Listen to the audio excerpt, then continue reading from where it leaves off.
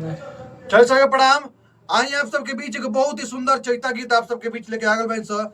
यही चैत के लहार में एगो पत्नी के भाव बा। आई आप सबके गीत के माध्यम से सुनावते हैं सर।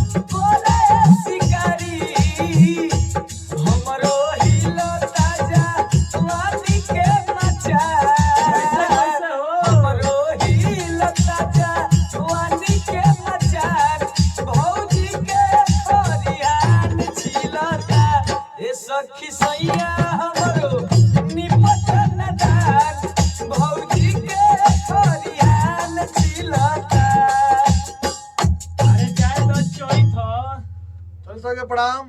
आप सब कमेंट करके बताएं कि आप सबके चैत के गाना कैसा लगल, अच्छा लगल तो खूब प्यारा आशीर्वाद दिए। ज्यादा से ज्यादा वीडियो को शेयर करिए। प्रणाम।